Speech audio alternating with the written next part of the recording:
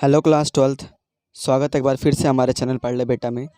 आज मैं आपको इस वीडियो में बताऊंगा इकोनॉमिक्स का कुछ मोस्ट इंपॉर्टेंट क्वेश्चन जिसको बच्चों ने टेस्ट दिया, तो मैं आपको वही क्वेश्चन पेपर आपको दिखा रहा हूं जिसमें बहुत ज़्यादा इंपॉर्टेंट क्वेश्चंस भी हैं और एक तरह का आपका ये जो मॉडल टेस्ट पेपर भी है। ठीक है, तो इन सारे क्वेश्चंस को आप सॉल्व ज़रूर करना। अगर आपको आंसर नहीं मिलता तो कमेंट ज़रूर करना, मैं आपको बता दूँगा। वैसे इस वीडियो में मैं सारे क्वेश्चंस का आंसर कोशिश करूँगा जो MCQ वो बता दूँ, बाकी अगर नहीं मिलता तो आप खुद ढूंढने की कोशिश करना। ठीक है, और इस क्वेश्चन को जो मॉडल पेपर ये टेस्ट है आपका, इसको सॉल्व ज़रूर करना। और इससे पहले भी मैंने आपको कई सारे सैम्पल पेपर प्रोवाइड करवा दिए हैं, तो उन सभी का लिंक मैं आपको डिस्क्रिप्शन में दूंगा। सैम्पल पेपर मैंने कई सारे 1 2 3 4 करके प्रोवाइड कर दिया, तो सभी को देखना। मैंने सबका लिंक आपको डिस्क्रिप्शन में दे दूंगा, क्योंकि उसमें भी बहुत ज़्यादा इंपॉर्टेंट क्वेश्चन रखे गए हैं जो एग्ज़ाम के दृष्टि से बहुत ज़्यादा इंपॉर्टेंट है, तो उन सबको ज़रूर देखना। तो चलिए शुरू करते, स्टार्ट करते अपना ये क्वेश्चंस बिना समय बर्बाद किए। तो लेट्स बी स्टार्ट नाउ। पहला क्वेश्चन आपका देखिए क्या कह रहा है।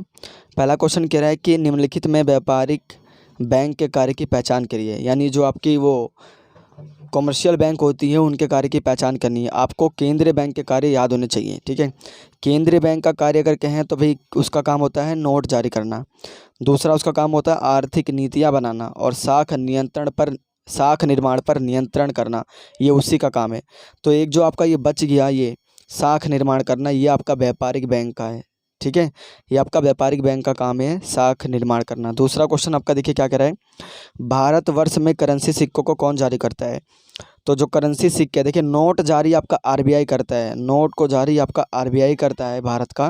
ठीक है, लेकिन 1 रुपये का जो नोट हो गया और बाकी जो सिक्के हो गए वो आपका वित्त मंत्रालय करता है। ठीक है, अगर क्वेश्चन में कहीं आपको वित्त मंत्रालय दिख रहा है तो आप उसको टिक करेंगे। अगर सरकार लिखा हुआ भारत सरकार दिख रहा है तो आप भारत सरकार को टिक करेंगे। ठीक है, दोनों का मतलब एक ही चीज़ है। ठीक है, बाकी आपके सिक्के जो गई और ये जो 1 रुपये का नोट हो गया, इन सब का जो आपका वित्त मंत्रालय यानी भारत सरकार करते हैं, बाकी जो है RBI सारा काम करती है।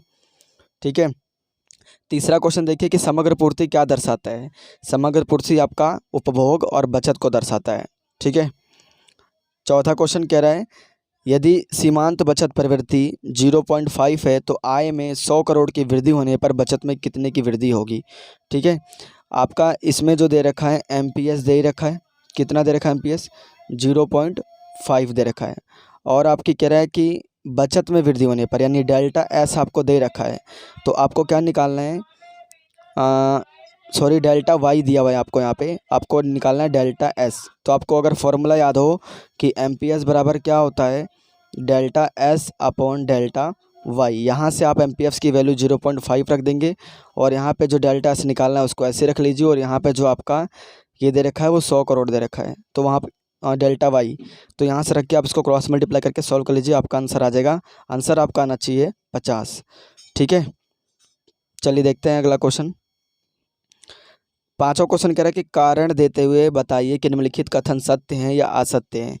ठीक है, क्वेश्चन क्या एक बार पढ़ लीजिए कि औसत उपभोग प्रवृत्ति और सीमांत उपभोग प्रवृत्ति का योग सदा एक होता है। तो पांचवे का आपका आंसर है असत्य। ठीक है, यानी औसत उपभोग प्रवृत्ति और सीमांत उपभोग प्रवृत्ति का योग हमेशा एक नहीं होता। ठीक है, उसके बाद ये क्या है आपका, देखिए यहाँ पे क्या कह रहे हैं, समग्र पूर्ति की परिभाषा दीजिए। ये भी एक मोस्ट इंपॉर्टेंट क्वेश्चन में से बचता है कि 1 2 नंबर में कभी काल क्या होता है कि पूछ ही लेता है ये। तो मैंने इससे पहले जितने वीडियो करवाए हुए हैं उससे मैंने ये चीज़ें बता रखी है, तो आप उसको ज़रूर देख लेना वहाँ से। छठा क्वेश्चन आपका देखिए क्या कह रहा है। छठा क्वेश्चन कह रहा है कि निम्नलिखित में से कौन सा मध्य प्रवाह नहीं है। ठीक है, कौन सा मध्य प्रवाह नहीं है, तो आप कमेंट करके बताना कौन सा नहीं है, तो उसे मैं बता देता हूँ गति नहीं है। ठीक है, अगला देखिए क्वेश्चन आपका क्या कह रहे हैं, रिक्त स्थान की पूर्ति कीजिए। रिक्त स्थान की पूर्ति कीजिए। क्या डैश विनिमय दर के निर्धारण में सरकार का कोई हस्तक्षेप नहीं होता। किसमें नहीं होता आपको बताना है। इसमें एक ऑप्शन दिया हुआ था बट इसमें नहीं है, मैं आपको बता देता हूँ।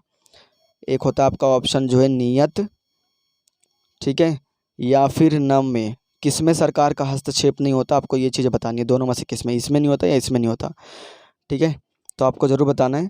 तो मैं बता दूँ आपको जो है नम में सरकार का कोई हस्तक्षेप नहीं होता। ये आपका 7वां आंसर था। 8वें का देखिए, आय की असमानताओं को कम करने के लिए सरकार को प्रत्यक्ष करों की दरों में क्या करनी पड़ेगी, वृद्धि करनी पड़ेगी या कमी करनी पड़ेगी।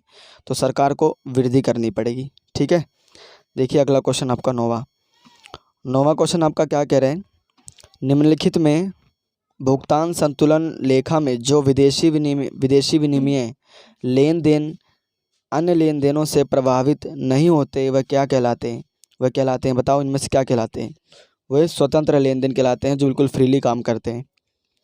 ठीक है। 10वां क्वेश्चन आपका क्या कह रहा है? एक सरकार के वित्तीय घाटे और ब्याज के भुगतान के अंतर को क्या कहा जाता है? बताइए, शाबाश, कमेंट करिए। तो उसको कहते हैं प्राथमिक घाटा। क्या कहते हैं? प्राथमिक घाटा। ठीक है। ये आपके थे एक एक नंबर वाले क्वेश्चंस, और ये थोड़े लॉन्ग क्वेश्चन है तो आप इनको खुद सॉल्व करना। ठीक है, पहले आप खुद सॉल्व करना, फिर मैं बताऊंगा इनके आंसर। ये रहे सारे के सारे, तो आप इसको सारे देख लीजिए एक बार। पूरा आप यहाँ से एक बार देख लीजिए। देखिए ये भी कि सारे के सारे इंपॉर्टेंट क्वेश्चन है जितने मैंने आपको बता रखे इसमें। ठीक है, आगे देखिए, यहाँ से लेकर के पूरा आपका इंपॉर्टेंट क्वेश्चन है, 6 नंबर में आए हुए, देख लीजिए आप। ये भी आपका एक क्वेश्चन है।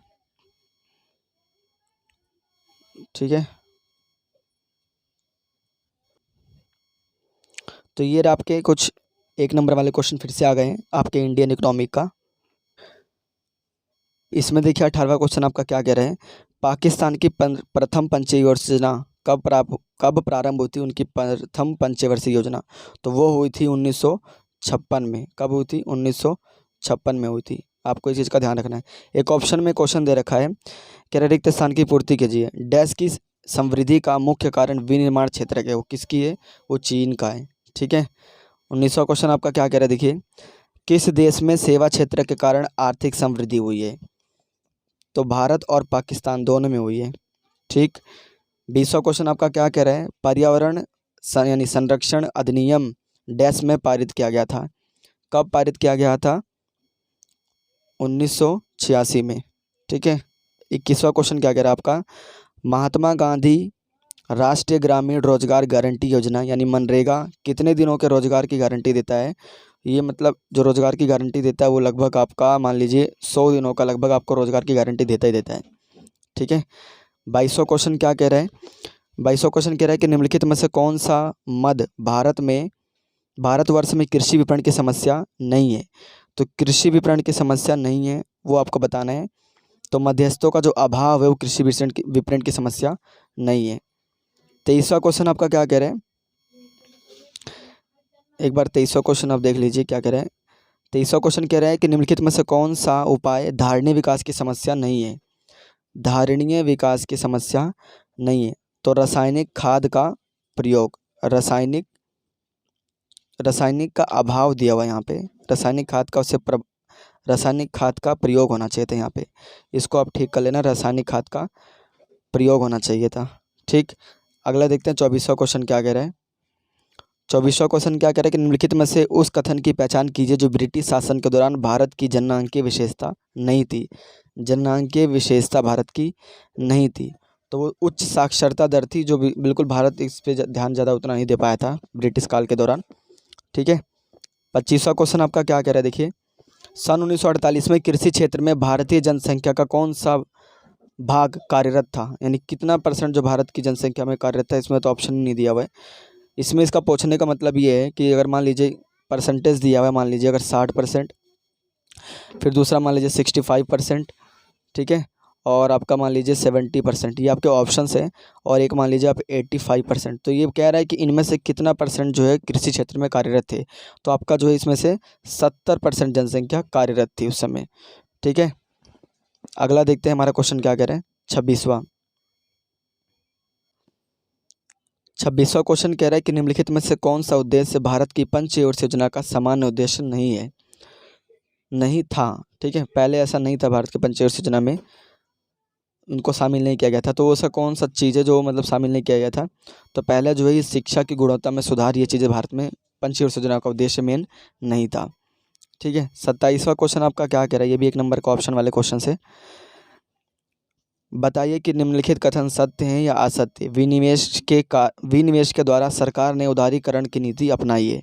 तो कथन सत्य है या असत्य है? तो वो कथन क्या है? ये असत्य है। ठीक है। तो मैंने आपको जितने भी इस पेपर में मॉडल टेस्ट पेपर में MCQ के क्वेश्चन थे मैंने सारे आपको सॉल्व करा दिए। बाकी मैं आपको लॉन्ग क्वेश्चंस भी दिखा देता हूँ। इन लॉन्ग क्वेश्चंस को क्या करना, आप जो स्क्रीनशॉट ले लीजिए और इसको जो है सॉल्व ज़रूर कर लेना। ठीक है।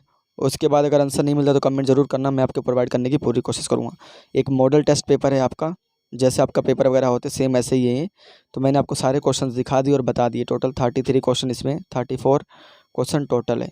ठीक है, तो आप उम्मीद करता हूँ आपको वीडियो अच्छा लगी है। अगर आपने इस चैनल को सब्सक्राइब नहीं किया तो ज़रूर सब्सक्राइब कर लें, ताकि इस तरह की नई वीडियो आपको इंपॉर्टेंट क्वेश्चंस की हर चीज़ें मिलती रहे। एक चीज़ और, मैंने जितने भी सैंपल पेपर प्रोवाइड करवा दिए वो सारा का सारा मैं डिस्क्रिप्शन में लिंक दे दूँगा, उन सबको भी ज़रूर देखना, क्योंकि वो बहुत ही ज़्यादा इंपॉर्टेंट क्वेश्चन है।